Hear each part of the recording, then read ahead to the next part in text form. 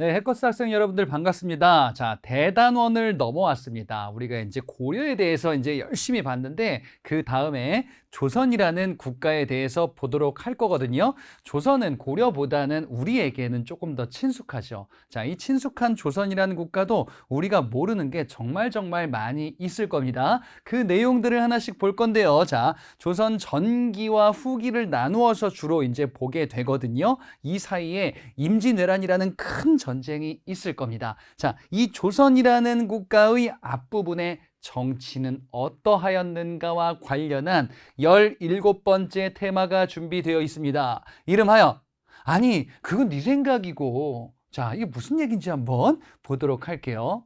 사람과 사람 간의 다툼, 집단과 집단 간의 다툼이 있다라고 했을 때 우리가 먼저 떠올릴 수 있는 거는 이전까지 보통 이런 모습이죠. 지금 이 둘이 뭘 하고 있나 한번 볼까요?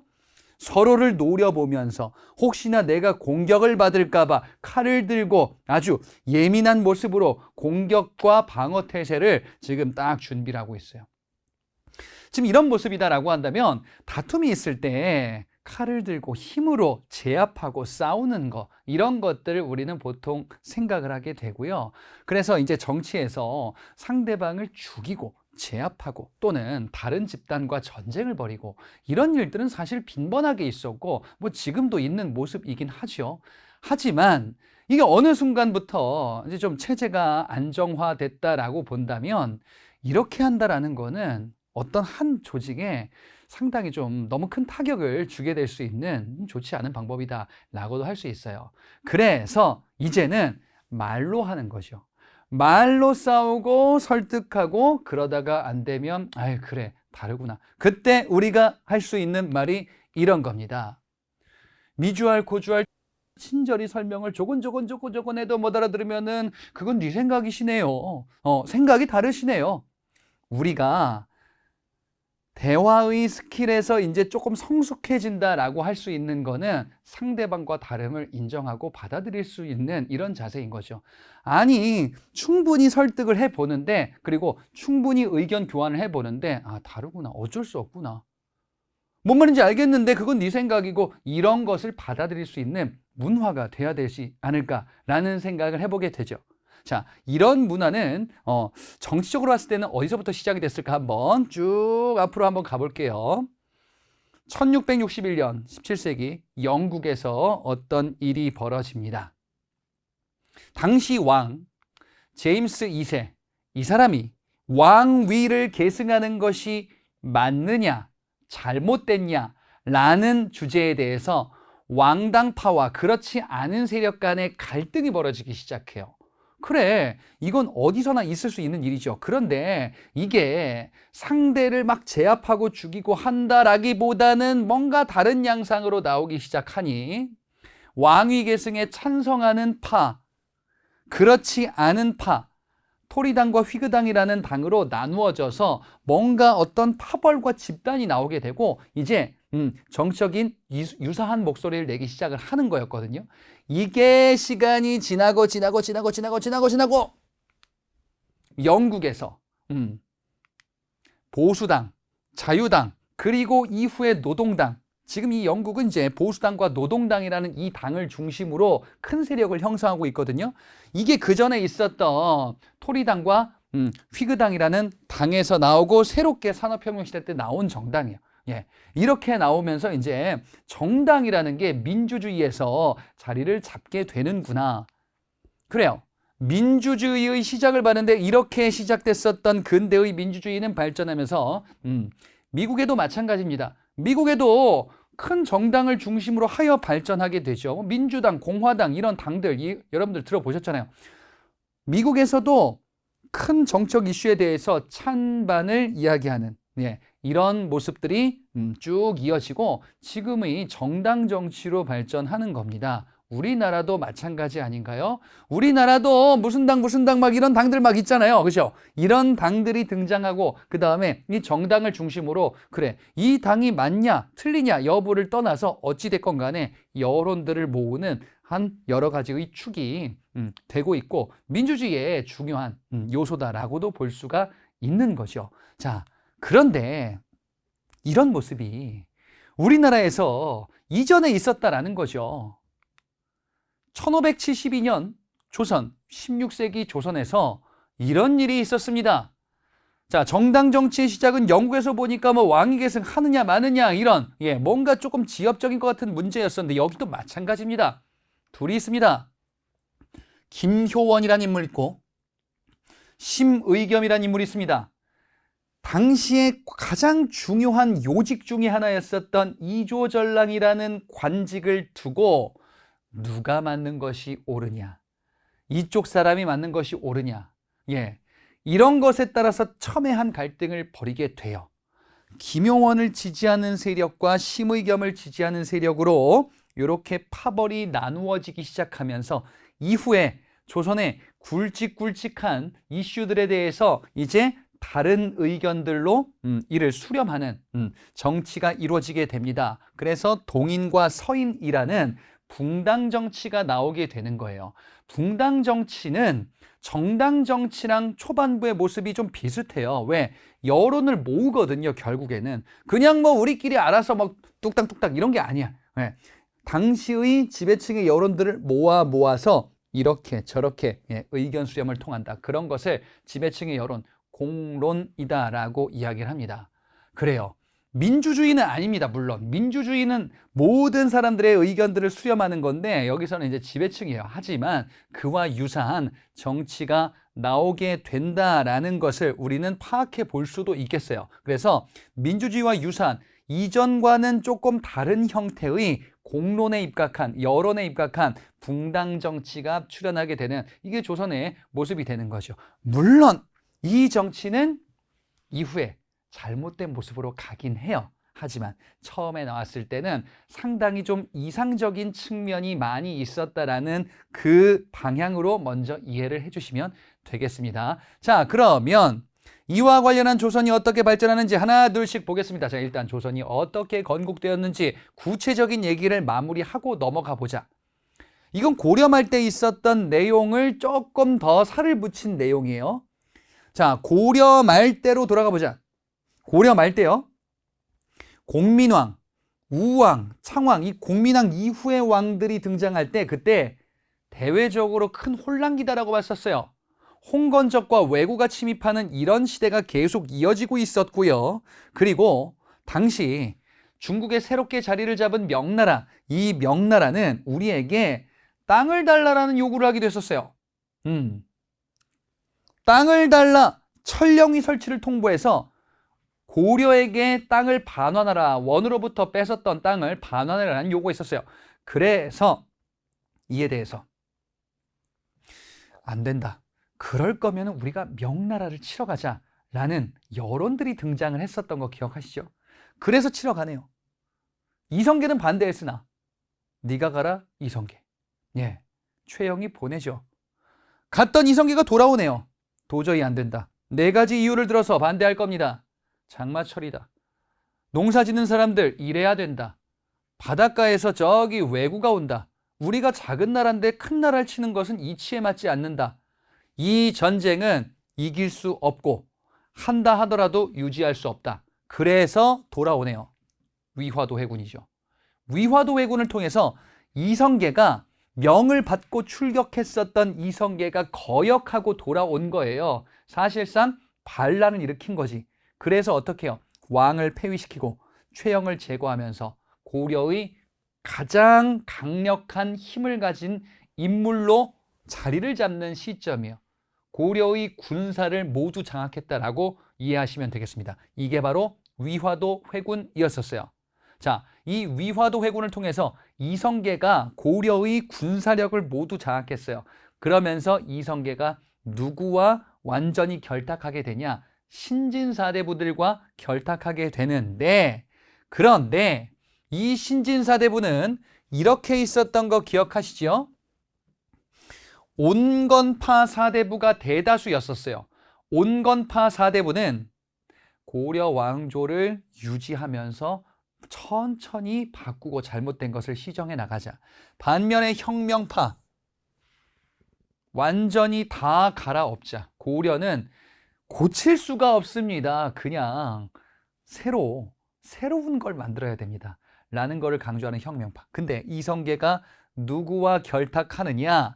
정도전 일파들과 결탁하는 겁니다. 정도전, 조준 이런 사람들이 주도해서 개혁을 추구하게 되니 그게 바로 과전법이라는 개혁이에요. 고려 말때 지배층 권문세족의 토지 독점 문제가 너무 심각하다. 완전히 뒤엎어야 돼. 그랬는데 이거 지금 다시 살아날 기미가 없습니다. 새롭게 만들어야 됩니다. 이렇게 가는 거예요. 자, 과전법이 여러분들 경제편에서 봤었던 그 법입니다. 신진사대부 기반을 마련하기 위한 이런 법이었었다. 이런 제도는 권문세족의 토지를 뺏어다가 다시 원주인에게 되돌려주는 이런 정책을 동반을 하고 있거든요. 그러다 보니까 온건파 같은 경우는 이거 너무 법이 너무 과해. 아니 이거 토지를 뺏는 거 이런 것도 좀 과한 느낌이야. 그러니까 좀 반발을 하겠죠. 적당히 하자라고 얘기하겠죠. 혁명파들은 뭐라고 하겠어요? 이참에 우리가 해야 될 거 다 하자.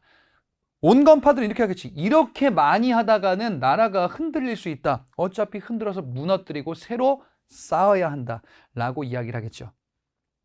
당시 혁명파 사대부가 온건파 사대부들을 이제 견제하기 시작할 겁니다. 자, 대표적인 온건파 사대부가 정몽주가 있었죠. 그러던 어느 날 이성계가 큰 감기 몸살, 좀 몸이 좀 안 좋았었어요. 이성계가 당대 최고의 권력가. 그래서 정몽주가 온건파 사대부였었던 정몽주가 이성계 병문안을 가죠. 가서 누구를 만나? 이성계의 5째 아들과 접촉합니다. 이방원이에요. 이방원이 정몽주에게 이야기를 하죠. 뭐라고? 이런들 어떠하리, 저런들 어떠하리, 만수상 드럼치기 얽혀진들 어떠하리. 이렇게 이야기를 합니다. 바로 하여가요. 뭐예요? 우리 편으로 오시오.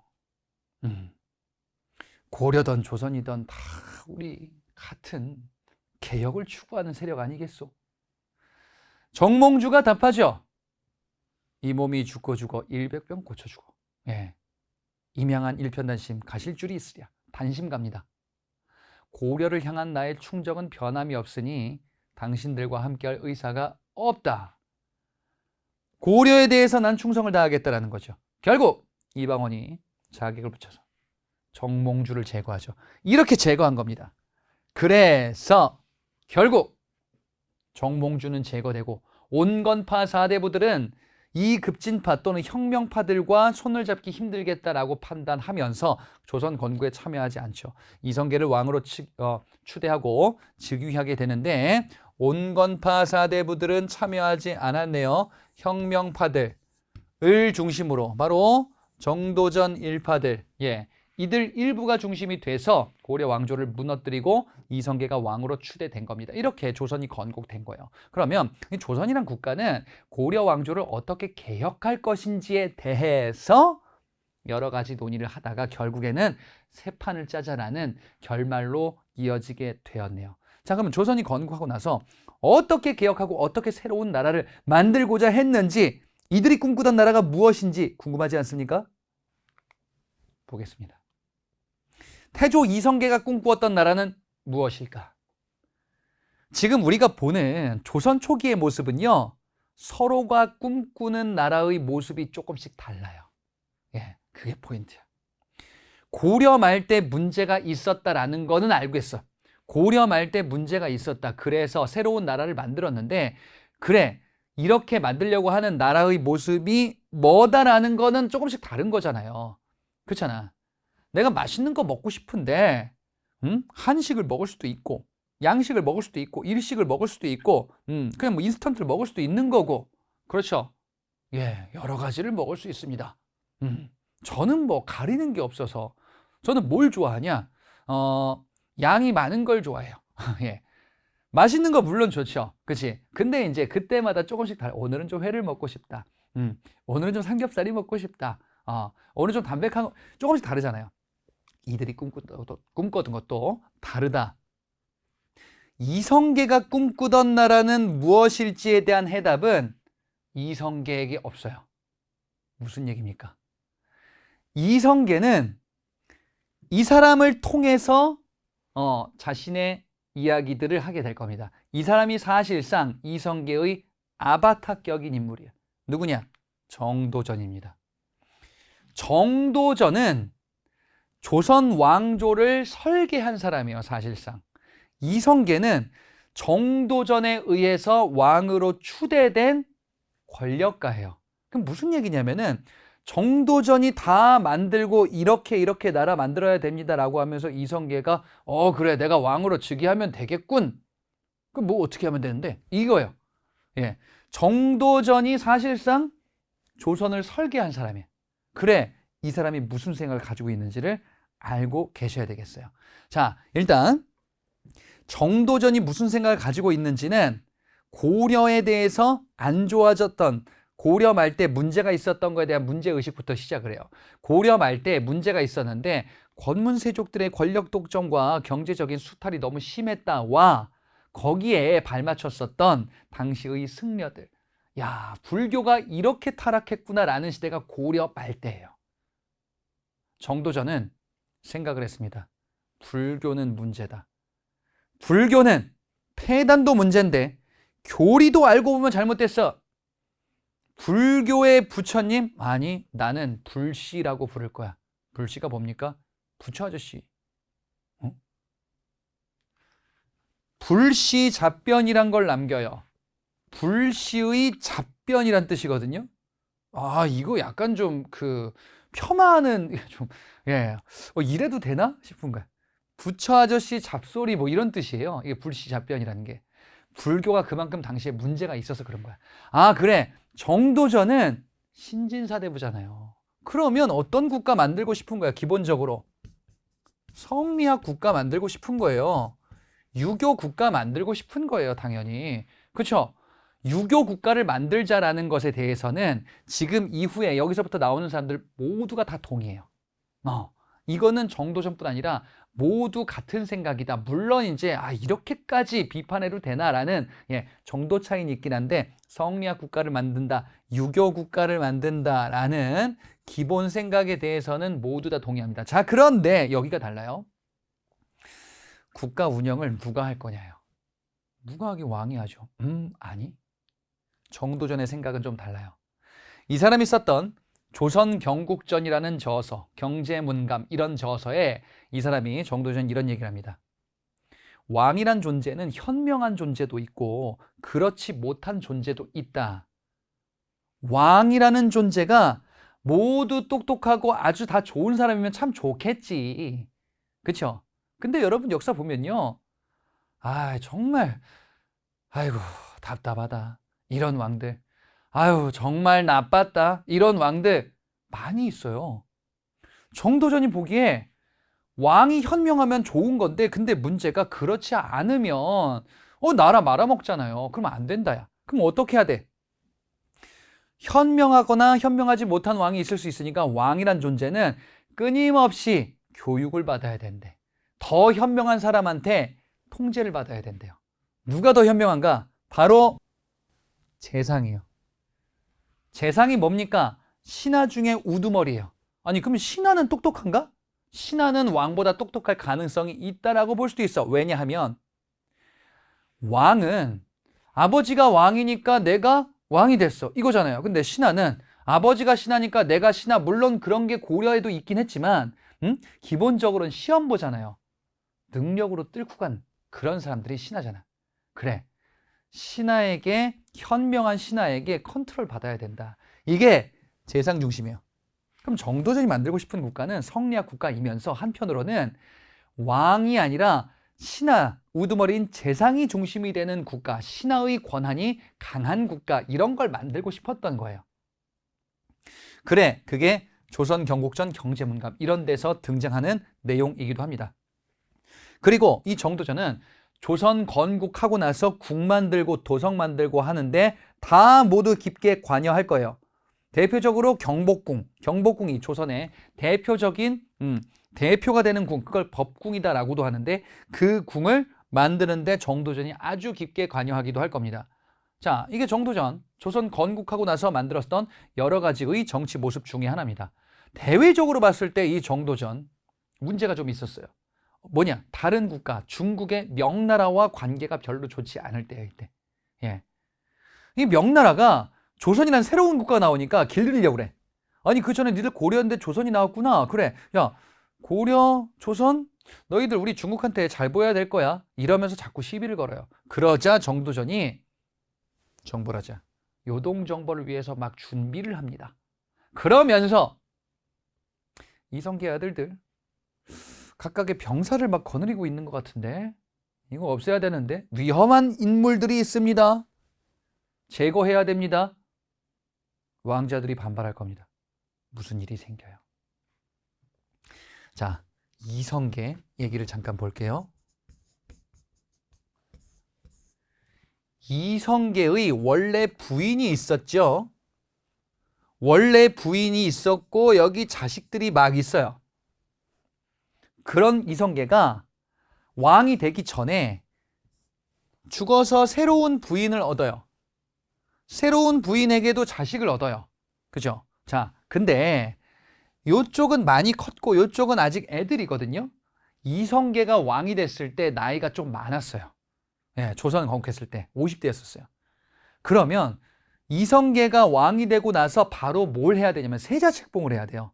세자책봉이 문제인데 근데 이쪽에 자식들이 있거든요. 근데 정도전의 생각은 달랐어요.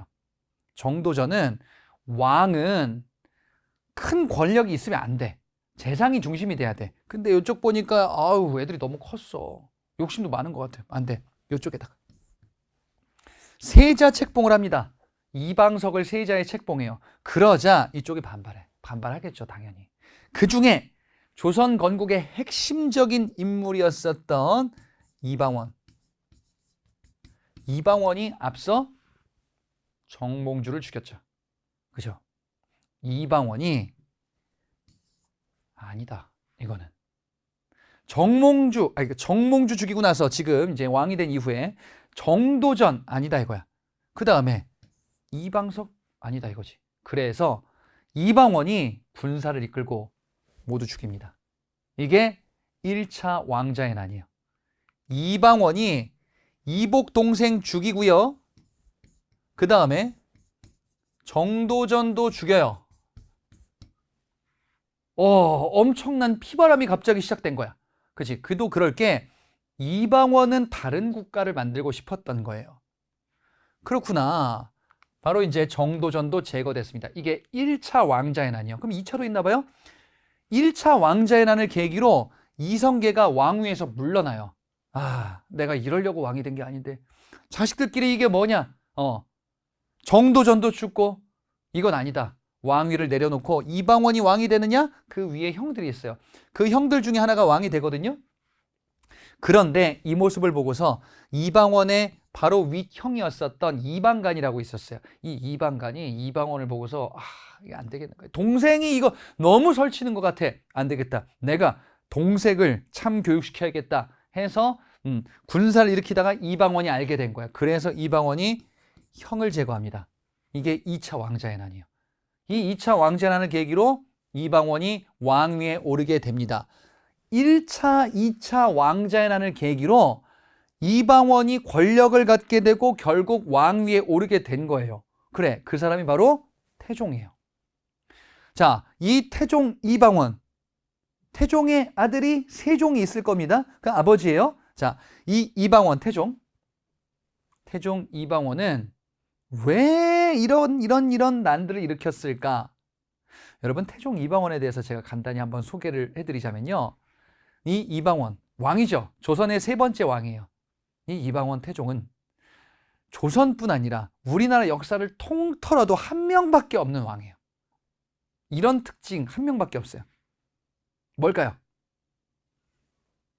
과거 시험 합격생 출신의 왕이에요. 이 사람밖에 없어요. 다른 왕들은 없습니까? 왕이 과거 시험을 볼 이유가 없잖아요. 왕이잖아. 그렇지? 그럼 이 사람은 과거 시험 왜 본 거야? 고려 말 때 아버지가 왕 되기 전에 그때 과거 시험 합격해서 본. 이 사람도 신진사대부처럼 개혁을 꿈꿨었던 사람이에요. 그래, 정도전처럼 새로운 왕조 개창, 우리 아버지 정도면 괜찮겠다라고 생각한 사람. 그런데 생각이 달랐던 거야. 뭐 재상 중심? 아니야. 힘이 들어도 왕이 직접 챙겨야 된다라는 게 태종의 생각이에요. 재상 중심으로 가면은 국가가 위태로워진다라고 봤겠죠, 아마 태종. 그래서 시행했었던 게 육조 직계제란 제도예요. 육조 직계제는 조선 제도편에서 여러분들이 이거 볼 거거든요. 의정부와 육조라는 거 볼 거거든요. 육조가 고려의 육부처럼 집행하는 기관이에요. 근데 육조 직계제는 뭐냐면은 왕이 육조를 직접 관리하는 거야. 왕이 육조가 신하들끼리 알아서 높은 신하한테 보고하고 이게 아니라 야, 일하는 애들 직접 와봐. 와가지고 나한테 직접 얘기해. 아, 이거 전하 이거 힘드실 텐데요. 바쁘시잖아요. 그게 중요한 게 아니야. 왕은 힘들어도 돼. 내가 힘들어도 다 할 테니까 책임 없는 신하들한테 이거 넘기면 안 돼. 왕이 직접 해야 돼. 직접 챙겨야 돼. 이게 육조 직계제예요. 네. 태종이 꿈꿨었던 국가가 즉 뭐냐? 왕권 강화예요. 왕의 힘을 강력하게 만드는 조선을 설계하고 싶었던 거예요. 왕이 바빠도 된다 이거지. 그리고 사병들 막 이것저것들 군사 거느리고 태종은 왕재난을 진압했어요. 승리한 인물이 되었죠. 그러니까 이제 앞으로 사병 이런 것들, 뭐 군대 막 사사로이 거느리고 이런 거 안 됩니다. 그리고 이 이방원이요. 새로운 정책을 하게 되는데 바로 사간원이라는 기관을 독립기관으로 둘 겁니다. 사간원이라는 기관은 고려시대 때도 비슷한 관리들이 있었어요. 고려시대 때 비판을 하는 낭사, 서경, 간쟁, 봉박을 하는 낭사라는 관리들이 있었죠. 낭사와 어사대가 한다 그랬잖아요. 그런 게 있었어요. 고려시대 때. 여러분 앞서 찾아보면 있을 거예요. 자, 그런데 그 낭사를 독립기관으로 만든 거예요. 그래서 대신들을 견제하라. 잔소리를 하는데 왕한테만 하지 말고 잘못된 신하가 있으면 그에게도 잔소리하고 견제하라라는 의미의 새로운 기관을 두기도 할 겁니다. 이게 사간원이에요. 왕권을 강화하기 위해서 신하들을 견제하는 이런 역할하는 걸로 활용하기도 하는 겁니다. 태종 이방원 때의 정책입니다. 그리고 조선 왕조 초반부에 토지도 이제 조사하고 그 다음에 신분 증명할 수 있는 호패라는 걸 차게 할 거예요. 그래서 백성들 중에서 세금 부담 무거워가지고 다른 데 도망가는 사람 없도록 하기 위해서 신분을 철저히 관리해서 조선이라는 국가를 이제 탄탄하게 만들기 위한 노력들을 하게 됩니다. 세계 지도는 뒤에서 나오게 될 거고요. 그리고 억울한 백성들, 여러분 고려시대 때 억울한 백성들 얼마나 많았습니까? 정말 눈물 날 거예요. 토지 뺏기고요. 노비로 전락하고 이런 백성들 너무 많았겠죠? 이렇게 억울한 백성들이 자신들의 억울함을 호소할 수 있는 수단이 필요했겠죠. 이런 수단을 만들어주는 거예요. 태종 때. 신문고라는 제도를 통해서 백성들의 억울함을 호소하고 이것을 해결해주는 제도. 이거 태종 이방원도 꽤나 좋은 왕이었던 거예요. 정말 많은 정책들을 추진하게 됩니다. 자, 이렇게 태종의 시대가 쭉 이어집니다. 그리고 태종이 아들끼리 싸우지 않았으면 좋겠어. 본인은 이제 이복 동생 죽이고 형도 죽이고 이랬는데 좀 그렇다 이거지. 그지? 그래서 아들 중에서 첫째 아들 무조건 세자, 나머지는 형한테 넘보지 마라. 정말 아꼈어요. 첫째 아들 양녕대군이 세자에 책봉되는데 양녕대군의 행실이 별로 좋지가 않아요. 노는 걸 너무 좋아했었어. 아버지의 기대에 자꾸 실망하는 모습들, 잘못된 행동들이 너무너무 많은 거예요. 세자로서 어떻게 이럴 수가 있나? 참았습니다. 양녕대군이 또 사고 쳤습니다. 참았어요. 양녕대군 사고 쳤습니다. 이번엔 도저히 전하 참았습니다. 몇 번을 참다가 도저히 안 되겠는 거예요. 그래서 양녕대군을 세자에서 폐위시키고 책밖에 모르던 공부벌레 셋째 아들 충녕대군을 세자에 책봉하니 바로 세종입니다. 세종은 이후에 왕위에 오르게 되죠. 우리가 알고 있는 그 세종대왕입니다. 자, 이 세종이 어떤 나라를 만들고자 했는지. 세종은요, 제가 미리 말씀드리자면은 엄청나게 업적이 많아요. 훈민정음 창제? 그래요. 너무너무 중요한 업적이죠. 근데 훈민정음 창제가 너무 강력하다 보니까 다른 게 묻혔어. 세종 때 정책은 너무 많아요, 사실. 네, 정말 일벌레 군주였었다는 거예요. 근데 이 세종은 미리 말씀드리는데 정책을 하는데 무조건 이렇게 해야 돼. 다 죽일 거야. 이런 정책이 아니에요. 세종은 의견들을 많이 경청을 해요. 예, 의견을 경청하고 그리고 이제 대화를 하고 백성들의 의견도 듣고 이런 정책을 할 겁니다. 대표적인 게 의정부 서사제라는 정책이에요. 자, 의정부 서사제는요. 앞서 6조 직계제랑 좀 다른 거예요. 자, 6조 직계제가 이런 거라고 그랬었거든요. 왕이 있습니다. 6조가 있어요. 왕이 6조한테 직접 보고받고 야, 직접 와가지고 나한테 보고해. 내가 직접 해줄게. 시간 없어도 내가 다 할 거야. 이게 6조 직계제야. 근데 세종 때는요. 요 사이에 의정부라는 기구가 있어요. 의정부라는 신하들의 고위 관료들의 회의기구 같은 게 있어요. 요 의정부를 통해서 보고하고 의정부를 통해서 명령을 내리는 거예요. 예. 아니 그러면 왕이 직접 챙기는 게 아닙니까? 왕이 챙기긴 하는데 신하들의 그 능력과 전문성을 인정하는 거예요. 그래서 왕권뿐 아니라 신권, 신하의 권한도 인정하고 존중하면서 우리가 함께 대화하자라는 이런 정치 구조를 만들고자 했었습니다. 자, 그리고 정책을 연구하는 기관, 바로 집현전이라는 것을 둘 겁니다. 정책을 연구하고 학문을 연구하는 학술기관 연구소 같은 거예요. 여기서 왕과 신하가 토의를 하기도 하고 회의를 하기도 하는 이런 정치 구조를 만들고자 했어요. 그리고 경제편에서 여러분들 볼 거거든요. 백성 때 세금 부담, 고려 말 때 너무너무 심했죠. 그래서 문제를 시정하는 정책들을 조선 초 때 막 하는데 세종 때 세금 제도를 바꾸는 정책을 하는데 이게 잘 된 건지 아닌 건지 모르겠어요. 그래서 백성들한테 여론조사를 해요. 충격적이지 않습니까? 뭐 옛날 조선시대 때 왕이 하라면 하는 거지. 전하의 명령인데 전하께서 생각한 거야. 아, 그래도 백성들이 이거를 찬성할까? 물어본 거예요. 그냥 마음대로 하지 않았어. 이런 거를 공법이라고 배울 거야. 여론조사까지 거칠 거야. 예. 세종은 그러니까 의견을 듣는데 특화된 군주예요. 그런데 말이죠. 대외적으로 우리를 위협해. 우리 조선을 군사적으로 위협해. 그러면 대화? 아니야. 우리 군대의 용맹함을 보여주자. 가서 이들을 정벌하자. 여진에 대해서 강경책으로 여진이 막 조선 초 때도 침범했었거든요. 사군과 육진이란 걸 설치해서 영토를 아예 늘려놓을 거야. 여진을 쫓아낼 거야. 이거 뒤에 다시 나올 겁니다. 이런 얘기들. 그리고 일본. 고려 말 때 조선 초까지 이어져요. 뭐 왜구들의 해적들의 침입이 계속 있어요. 그래서 뭐냐? 왜구의 근거지. 쓰시마섬, 대마도라고도 하는데 여기를 군사 끌고 와서 정벌할 겁니다. 예, 정벌한다는 얘기는 뭐예요?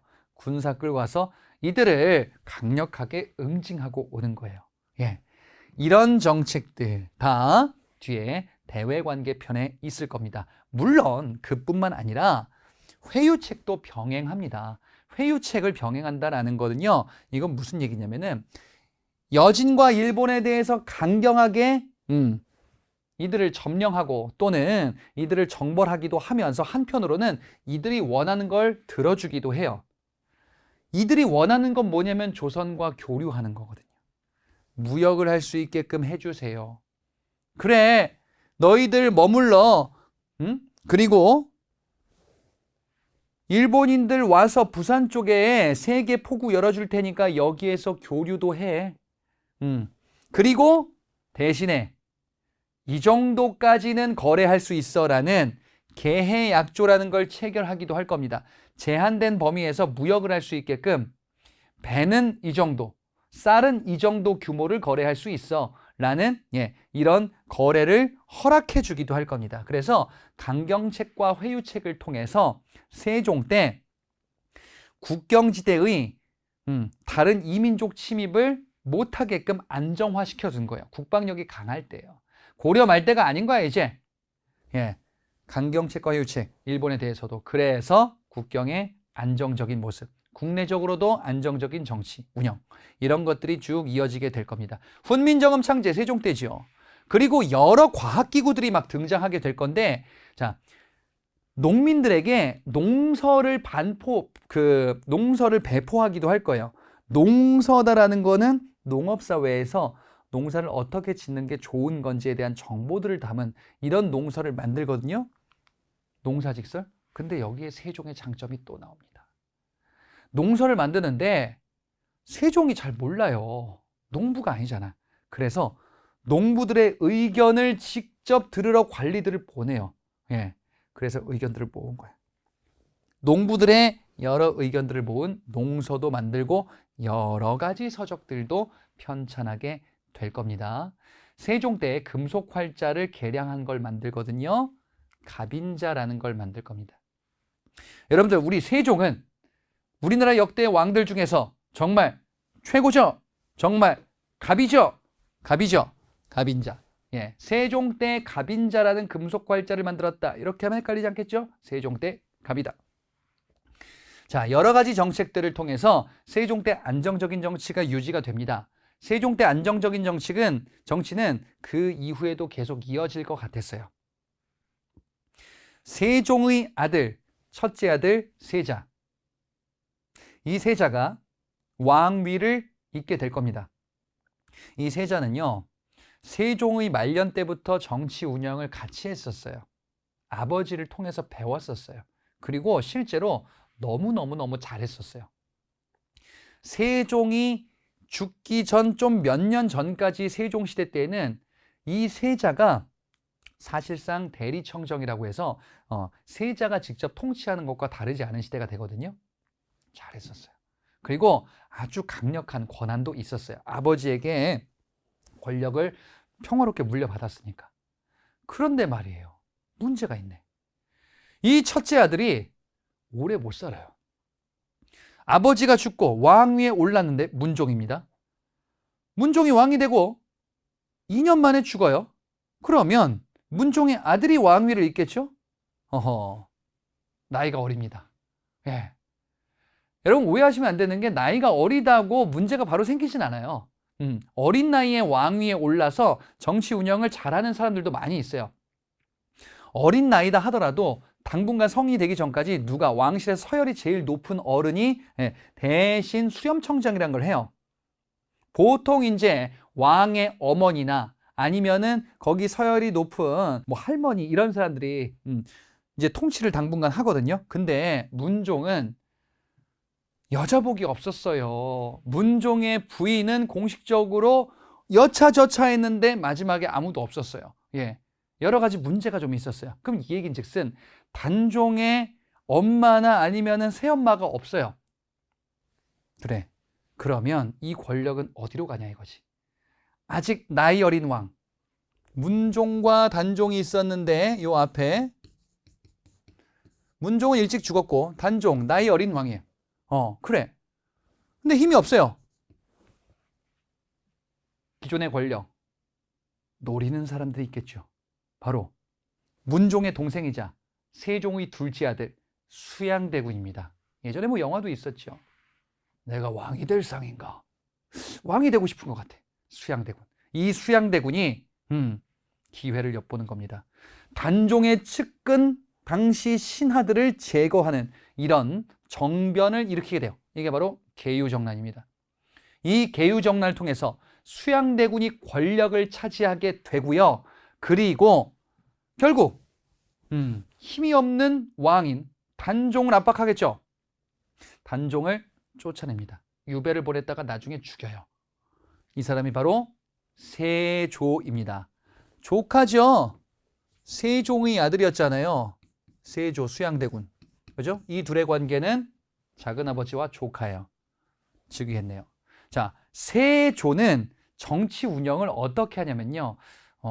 약간 힘쓰는 폭력배들, 이렇게 우르르 몰려다니는 약간 이런 느낌이에요. 세조의 정치는.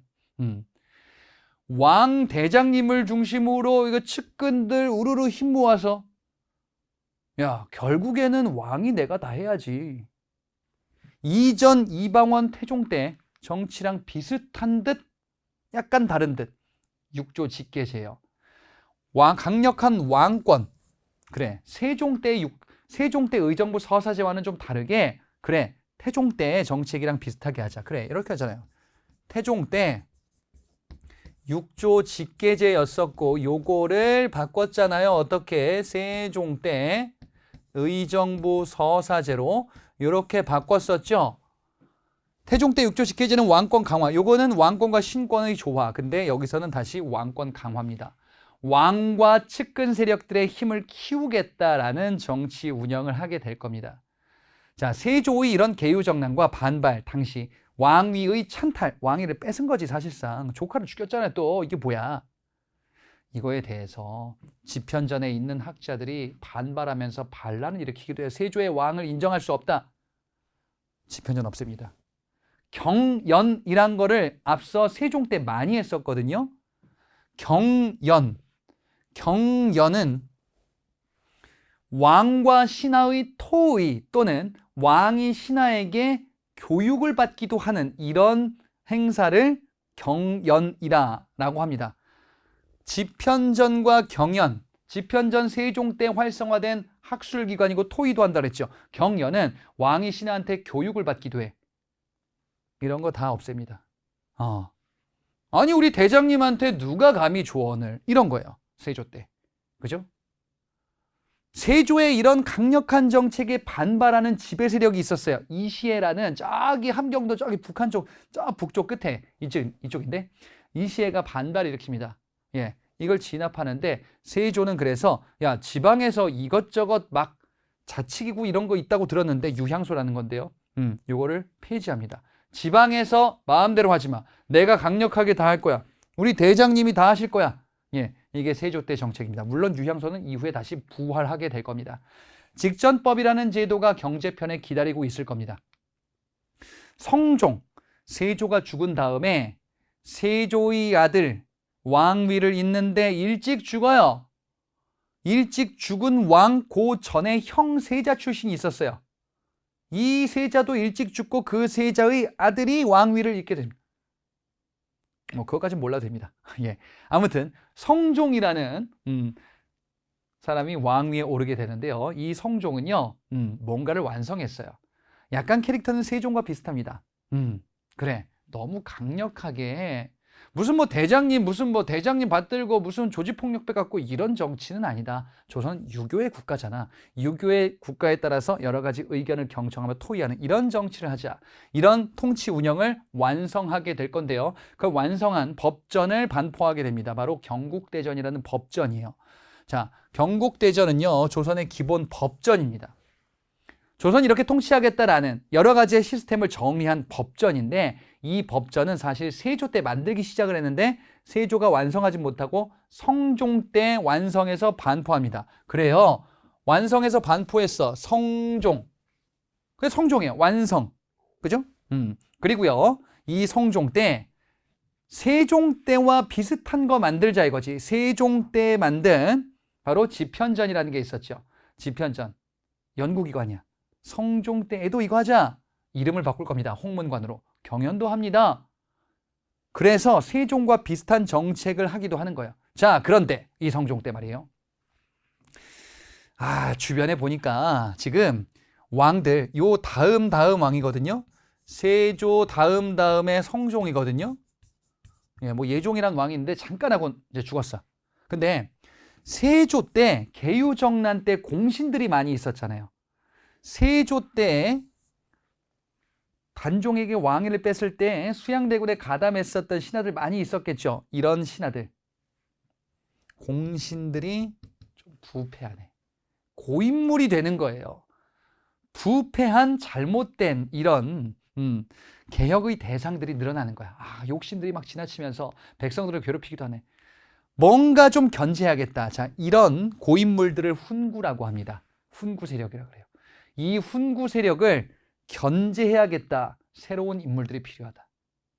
그래서 훈구 세력을 견제할 수 있는 새로운 인물을 들이게 되니 성종 때 크게 중용됐었던 김종직이라는 인물이 있어요. 그리고 김종직과 유사한 그 파벌들을 우리는 뭐라고 하냐? 살인이라고 해요. 사림이 누구인지 조금 이따가 볼 겁니다. 성종 때 여러 제도, 편찬 사업들도 쭉 이어지게 됩니다. 그러면서 조선의 문물을 사실상 완성하게 될 겁니다. 그러면 여기까지 내용은 어떤 국가를 만들 건지, 조선이라는 국가를 어떻게 설계할 건지, 정도전의 생각은 어떤지요? 이방원의 생각은 어떤지요? 세종대왕의 그 생각은 어떤지, 세조와 성종의 생각은 어떤지, 어떤 국가를 만들고자 했는지, 자, 이런 측면에서 그 다름을 파악해 주시면 되겠습니다. 자, 좀 아까 마지막에 제가 그런 얘기 했었어요. 사림이라고 했었던 새로운 세력이 등용된다. 기존의 고인물들, 훈구가 개혁의 대상이 된다. 이렇게 봤었죠. 훈구와 사림은 정체가 무엇인지를 하나 둘씩 보겠습니다. 자, 첫 번째 훈구는요. 앞서 세조 때 공을 세웠었던 공신 출신들이에요. 이들은 큰 권력을 갖게 되겠죠. 큰 권력뿐 아니라 막대한 경제적인 부도 얻게 됩니다. 막대한 토지를 소유하고 있었어요. 땅을 너무 많이 갖고 있는 거예요. 농민들의 땅을 막 뺏었겠죠. 이거 고려 말 때 권문세족이랑 뭔가 비슷해지는 겁니다. 너무 이렇게 하면 안 되잖아요. 백성들이 어려워지잖아요. 이들은요, 이런 국가를 만들고 싶었어. 중앙에 큰 권력을 가지고 있었던 중앙 관료들이거든요. 중앙 집권적인 국가를 만들고 싶어요. 중앙정부가 힘이 세야 된다예요. 왜? 본인들이 중앙정부의 고위 공무원이니까. 그러면서 중앙정부에서 일사불란하게 국가를 운영해야 된다는 생각을 가지고 있었어요. 그렇게 실제로 운영을 했었던 거고요. 그리고 이 훈구는요, 한편으로는 부국강병, 힘을 바탕으로 군사력도 많이 좀 발전시켜야 돼요. 강력한 군사력.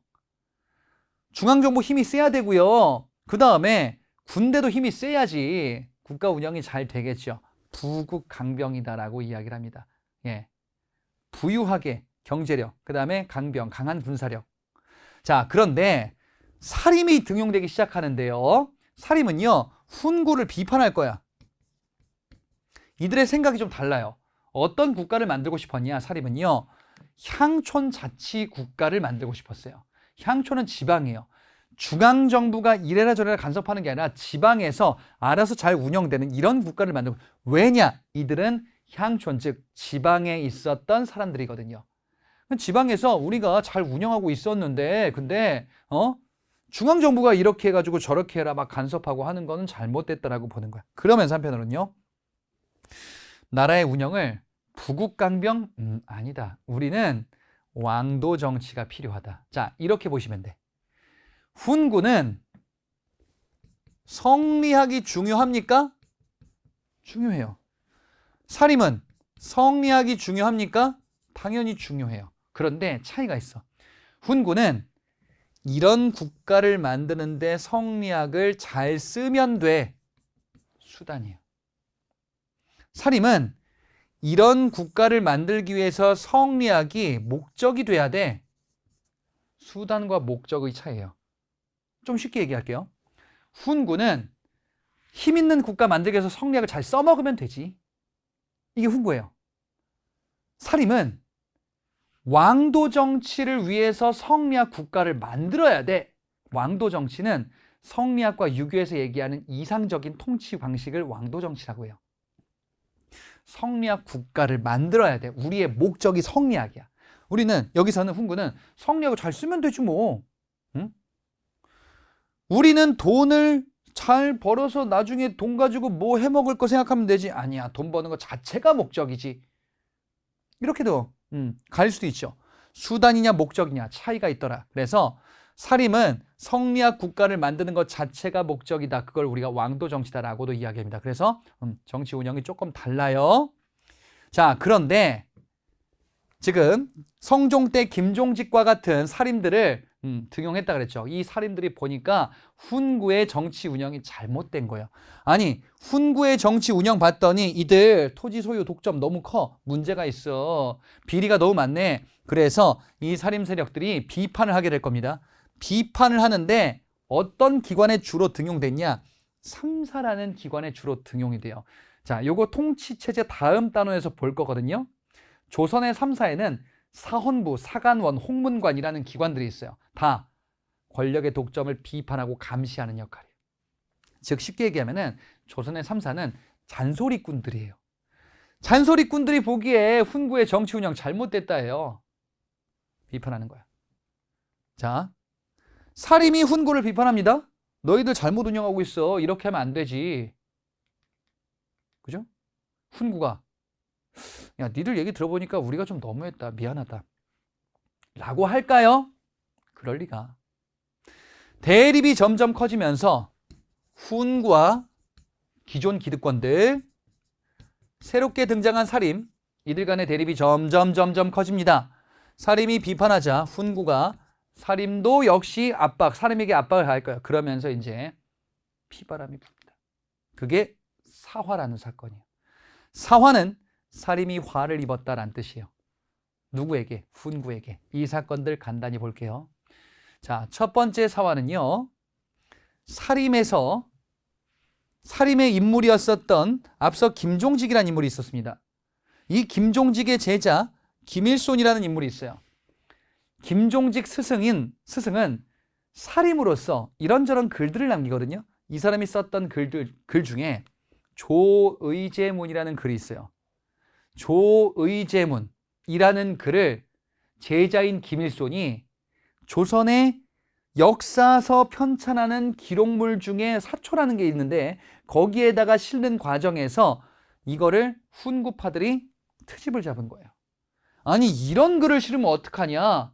그래서 당시 왕 연산군한테 요거를 고발한 겁니다. 자, 이 당시의 왕은 연산군이라는 성종의 아들 출신 왕이에요. 이게 어떻게 된 건지를 보자.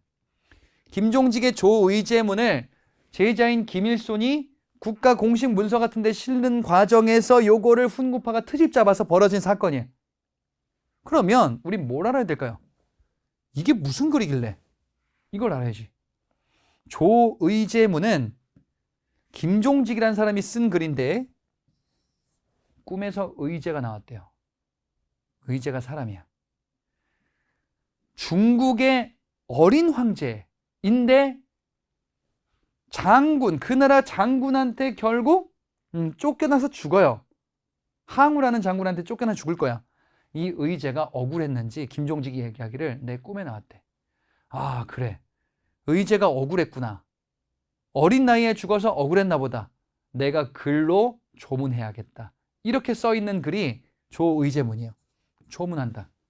응? 상가집 가서 뭐 절하고 조문하는 거라고 하잖아요. 의제의 죽음을 애도하는 글이에요. 이게 왜 문제겠어요? 어린 황제를 죽이고 왕위에 올랐다. 이거 앞에 비슷한 게 있어요. 세조의 왕위 찬탈. 이 글은 김종직이 세조를 비판한 글이에요. 수양대군 세조의 왕위 찬탈이 잘못됐다라는 거를 이렇게 쓴 거예요. 이거를 김일손이 보고 우리 스승님 참 진짜 대박이시다. 이렇게 글을 쓰시다니. 그래가지고 좋다라고 했는데 이거를 훈구파 알게 된 거야. 훈구파가 그래서 연산군한테 간 겁니다. 연산군에게는 할아버지 아니에요, 세조가. 할아버지를 욕했습니다. 신하가 이렇게 하고 있습니다. 신하의 기강을 잡아야 됩니다. 사림들 지금 이렇게 아주 당돌하고 왕을 능멸합니다. 그래서 연산군이 사림들 이것들 나와라. 무오사화예요. 이 무오사화로 결국 김일손 죽고요. 김종직은 이전에 죽었었는데 무덤을 파헤쳐가지고 시신을 훼손하는 형벌을 내려요. 끔찍한 이런 사건이 있었던 겁니다. 자, 이 문제적 인물 연산군. 연산군은 조선 왕조의 왕들 중에서 최악의 폭군이다라는 얘기를 많이 하죠. 자, 그도 그럴 것이 연산군에게는 출생의 비밀이 있습니다. 성종의 아들이 연산군이에요. 그런데 성종의 부인이 있었어요. 연산군 왕 되기 전에, 태어나기 전에 둘이 사이가 좀 안 좋았었던 것 같아요. 이런저런 다툼이 좀 많았던 것 같아요. 성종의 어머니가 있겠죠. 성종의 어머니와 이 둘의 관계 이게 좀 어려운 관계인데 시어머니와 며느리 관계인데 별로 안 좋게 본 것 같아요. 그러면서 이런저런 다툼도 많고 하다가 성종이 나중에는 기분이 안 좋아졌나 봐. 결국 폐위시킵니다. 그리고 사약 먹고 죽어요. 바로 폐비윤 씨예요. 성종의 부인이자 연산군의 어머니였었어요. 이 폐비윤 씨가 죽었을 때는 연산군이 왕이 되기 전이었고 연산군이 어렸을 때예요. 이거를 모르게 했었어요. 성종은 아들에게. 예, 어머니가 이렇게 죽었다고 알면 이게 무슨 문제가 생길 수 있잖아. 그렇지? 이것을 끄집어낸 겁니다. 당시에 있었던 일을 끄집어내가지고 내가 싫어하는 사람이 여기에 가담했습니다. 전하께서 이거를 혼내줘야 됩니다. 폐비윤 씨가 죽었었던 것을 끄집어내서 관련자들을 죽였었던 피바람이다. 이게 갑자사화라는 사건이에요. 연산군은 본격적인 폭군의 길로 갈 겁니다. 아주 폭력적인 정치를 할 거야. 그러다가 신하들이 안 되겠다 싶은 거야. 이런 왕은 갈아치워야 된다. 연산군의 폭정으로 신하들의 반감이 점점 커집니다. 신하들은 왕을 쫓아내야겠다라는 계획을 세워요. 그래서 그 계획이 성공을 거두게 되니 성종의 또 다른 아들을 왕위에 앉히는 중종반정을 일으키게 됩니다. 중종반정. 예, 새로운 왕이 바뀐 거예요. 연산군은 중간에 이제 폐위된 겁니다. 자, 이 중종반정은 당시 왕위에 올랐었던 중종이 지휘했다기보다는 신하들이 왕자 하나를 왕위에 앉힌 거예요. 그 다음에 기존의 왕을 쫓아낸 거예요. 이 과정에서 당연히 공신들이 성장하겠죠. 예. 공신들이 엄청나게 성장을 하자, 이 반정 공신들이 성장을 하자 왕으로 추대된 중종 입장에서는 이건 좀 별론데, 내가 왕인데 내 말을 안 들어. 내 말을 듣는 새로운 사람들이 필요하다. 그래서 살임을 다시 들이기로 합니다. 이때 떠오르던 살인이 있었으니 바로 조광조예요. 조광조는 중종편에서 공신들, 여기에서 권력을 크게 쥔 공신들을 견제하라라는 중종의 명을 받은 거예요. 그런데 이 사람이 살인이에요. 살인이 추구하는 개혁을 시행을 하고 밀어붙일 겁니다. 혈량과라는 제도는 살인들을 중앙정계로 들이기 위해서 시행했었던 천거제 같은 거예요. 예, 추천하는 겁니다. 유능한 인물이 있습니다. 그래가지고 막 추천하는 거예요. 자, 그리고 소격서 폐지. 소격서는 도교 행사기구인데, 아니 성리학 국가에서 도교 행사기구가 있으면 어떡합니까? 도교 행사기구를 폐지시킵니다. 살인들은요, 앞서 뭐라고 했냐? 왕도 정치를 추구한다 그랬죠. 이는 성리학이 목적이 되는 거예요. 아니, 성리학 국가를 만드는데 도교 행사기구가 있으면 안 되죠. 우린 순수한 성리학 국가 만들어야 됩니다. 그래, 폐지했어요. 이렇게 조광조의 입김이 점점 커집니다. 중종의 생각이 좀 이상해져요. 중종이 조광조 공신들을 견제해야 되는데 조광조 힘이 너무 센데? 여러분이 중종이에요. 조광조를 들여가지고 조광조한테 힘을 준 거야. 그 다음에 나한테 너무 뭐라고 하는 공신들을 견제하라라고 해서 조광조한테 힘을 줬는데 조광조 힘이 너무 세죠. 내가 불편해. 조광조한테 존댓말 할 뻔했어. 이러면 좀 그렇잖아요. 그치? 조광조가 힘이 세지는 와중에 회심의 일격을 날립니다. 바로 중종이 견제하라고 했던 반정 공신들 중에 알고 보니까 가짜 공신이 있었어요. 위훈삭제. 가짜 공신들, 공신이라고 떵떵거리는데 알고 보니까 이름만 올려놨어요. 한 게 없어. 위조된 공문을 색출해서 삭제시키는 거예요. 관직을 빼앗는 거예요. 상중거를 다시 몰수하는 거예요. 이런 걸 삭탈관직이라 그래요. 위훈삭제를 통해서 반정 공신들을 완전히 숨통을 끊어놓겠다, 이런 조광조의 정책을 밀어붙이는데 중종의 입장에서는 조광조가 너무한 것 같아. 나를 신경 안 쓰는 것 같아. 점점 조광조와 중종의 관계가 점점 멀어집니다. 그래서 조광조에 대해서 중종도 마음을 조금씩 뜨게 되고, 그리고 훈구파들이 조광조에 대해서 엄청나게 반발할 거예요. 야사에 실린 내용 중에 이런 게 있어요. 중종이 어느 날 나뭇잎 하나를 발견하게 돼요. 보니까 여기에 막 벌레가 파먹은 것처럼 글자처럼 이렇게 나뭇잎이 뭐 글자처럼 이렇게 파져 있어요. 공신들이 얘기하기를 보십시오. 큰일입니다. 역모의 혐입니다. 증거입니다. 뭐라고 되어 있냐? 주초위왕이라는 한자로 새겨진 거예요. 주와 초를 합치면 조광조 할 때 조씨가 되거든요. 조씨가 왕이 된다라는 글자처럼 나뭇잎에 막 이렇게 새겨져 있는 거예요. 조광조가 역모의 혐의가 있다. 나는 좀 이상하죠. 조광조가 반역한다고 나뭇잎에다가 나는 반역할 거야, 내가 왕이 될 거야 해가지고 뿌린 것처럼. 아무튼 이런 것들이 원인이 됐다는 거는 조광조에 대해서 안 좋게 보는 세력들이 굉장히 많아진 겁니다. 결국 이런 반발 속에서 조광조와 살인들이 제거되는 중종도 마음을 바꾼 거예요. 기묘사합니다. 정말 기묘한 일이 벌어졌네요. 나뭇잎이라니 세상에. 그래서 살인들이 피해를 얻게 돼요.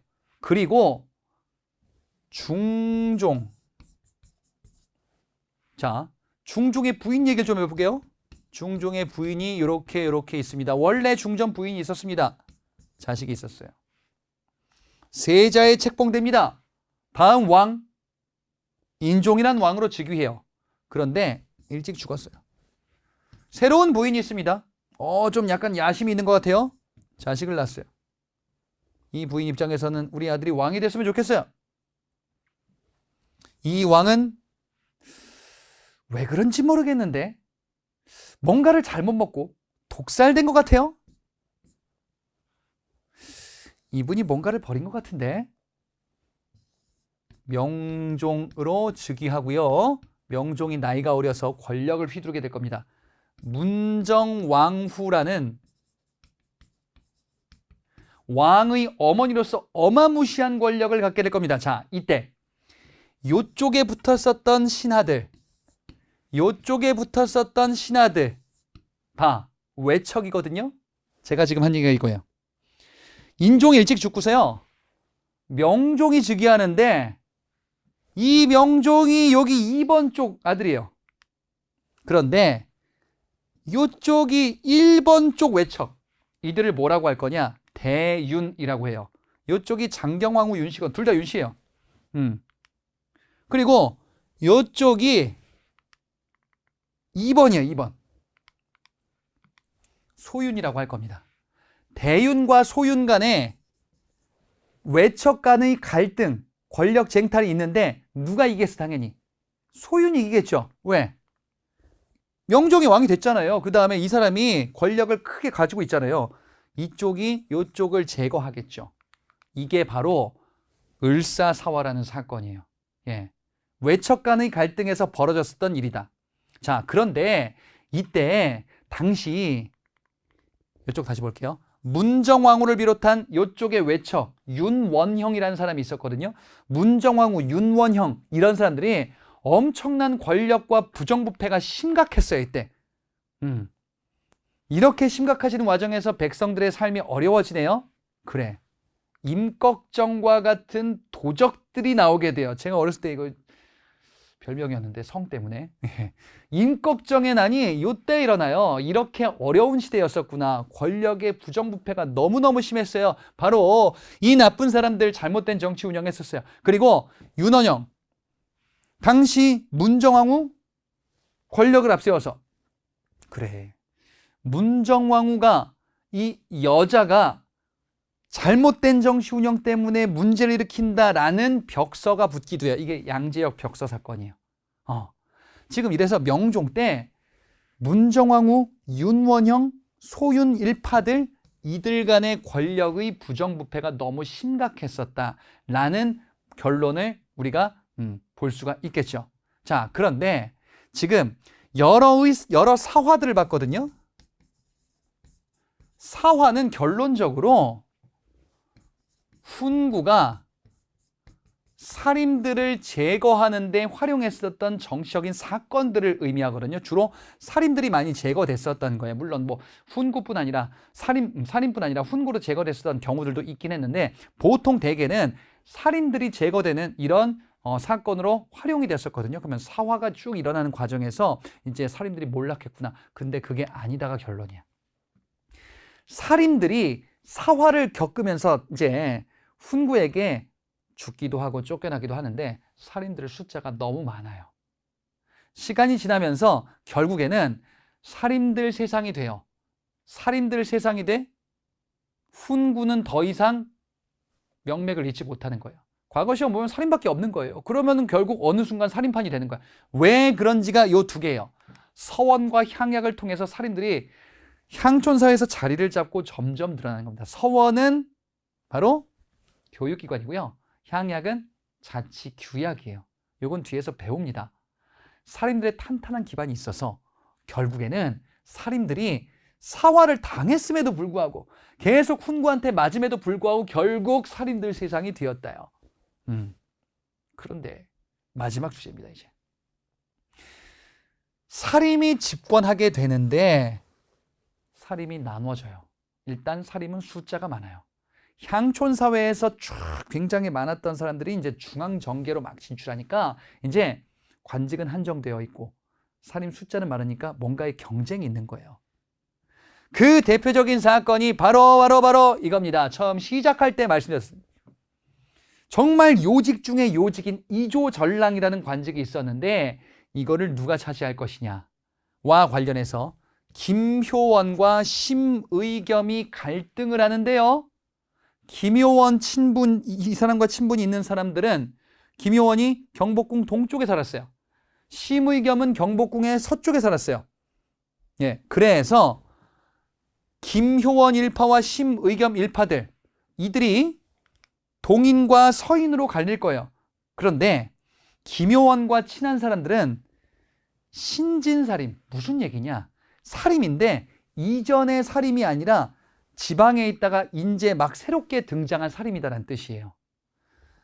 심의겸 일파는 기성살임, 무슨 얘기냐?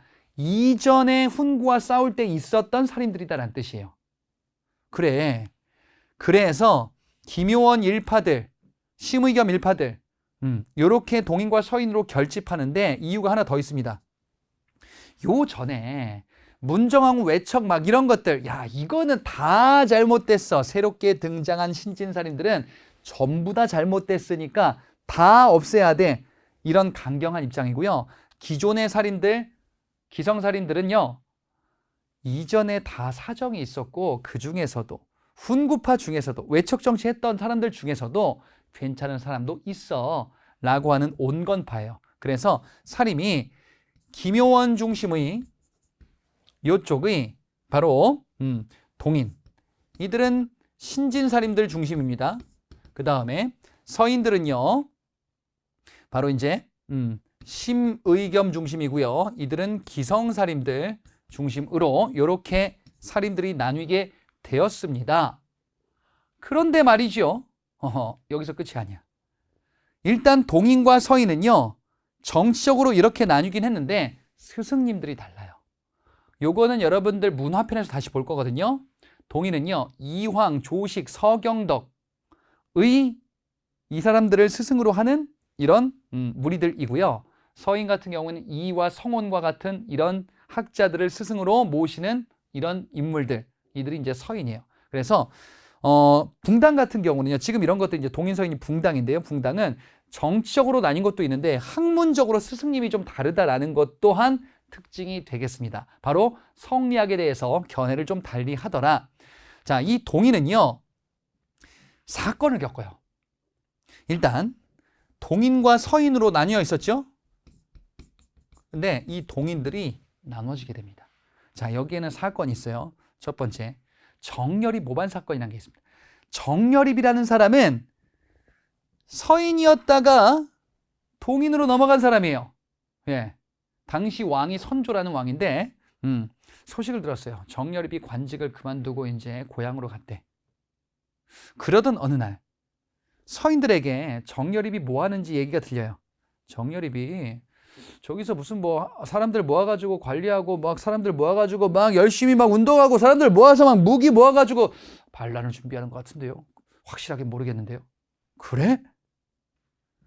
서인들이 왕한테 보고하기로 하겠죠. 뭐라고? 전하, 정여립 아시죠? 정여립 알지? 걔 요즘 뭐 한대? 정여립이 지방에서 군사를 모아서 반란을 준비하는 것 같습니다. 확실하진 않고요. 당시 왕 선조가 정여립을 체포하라. 정여립이 반역을 준비하고 있다. 체포되기 전에 정여립이 자결해요. 정여립이 뭐 하려고 했을까? 라는 것은 밝혀지지 않았어요. 근데 여기서 정여립 친구들 잡아와. 이렇게 가는 거예요. 정여립은 죽었는데. 동인 쪽에 많았어요. 그래. 그래서 서인이 동인을 공격하는 수단으로 삼을 겁니다. 이 동인 내부에서는요. 서인 너무하네.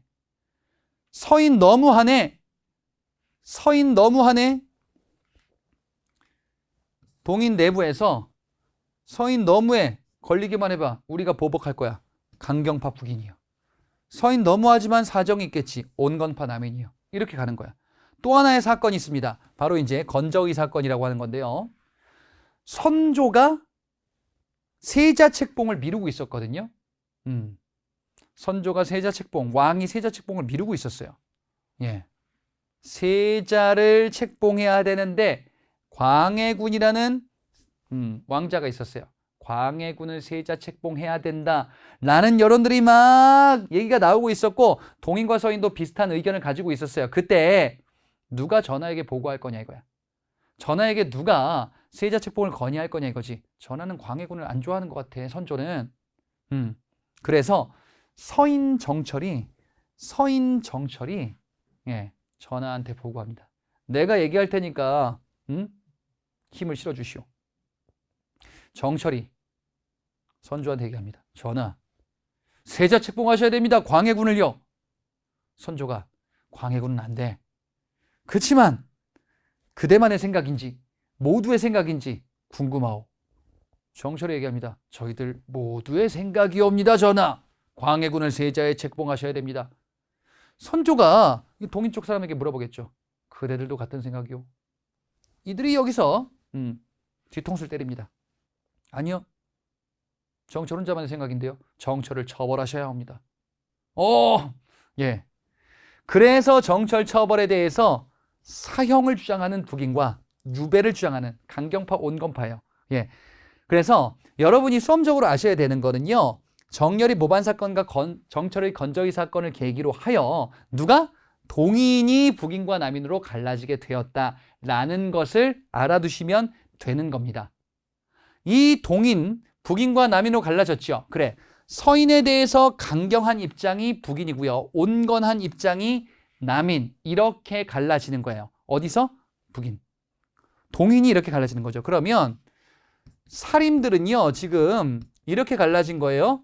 동인과 서인으로 갈라졌고요. 동인이 다시 북인과 남인으로 갈라져서 북인, 남인, 서인, 예, 요렇게 세 개의 붕당이 형성되고요. 처음에 붕당의 모습은요, 상대당을 어느 정도 인정하면서 우리가 더 공론을 잘 모은다라는 여론을 통한 정치, 바로 붕당 정치로 이제 하나 둘씩 발전해 나가고 있다. 이렇게 볼 수가 있겠습니다. 자, 그래서 여기까지 얘기는요, 조선 전기의 앞부분에 많은 내용들을 지금 다루는데, 처음 부분은요, 조선 전기 모습에서 왕의 정책은 어떤 것들이 있는지 여부를 중심으로 어떤 정책, 어떤 국가를 만들고 싶었나. 그 다음에 훈과 사림의 갈등에서 사화, 그리고 사림이 집권한 이후에 붕당 관련한 사건들이 무엇이 있는지 여부를 중심으로 잘 정리를 해주시면 되겠습니다. 자, 이론 강의 여기까지 하고요. 저는 문제풀이에서 다시 여러분들 이 내용들을 다루도록 하겠습니다.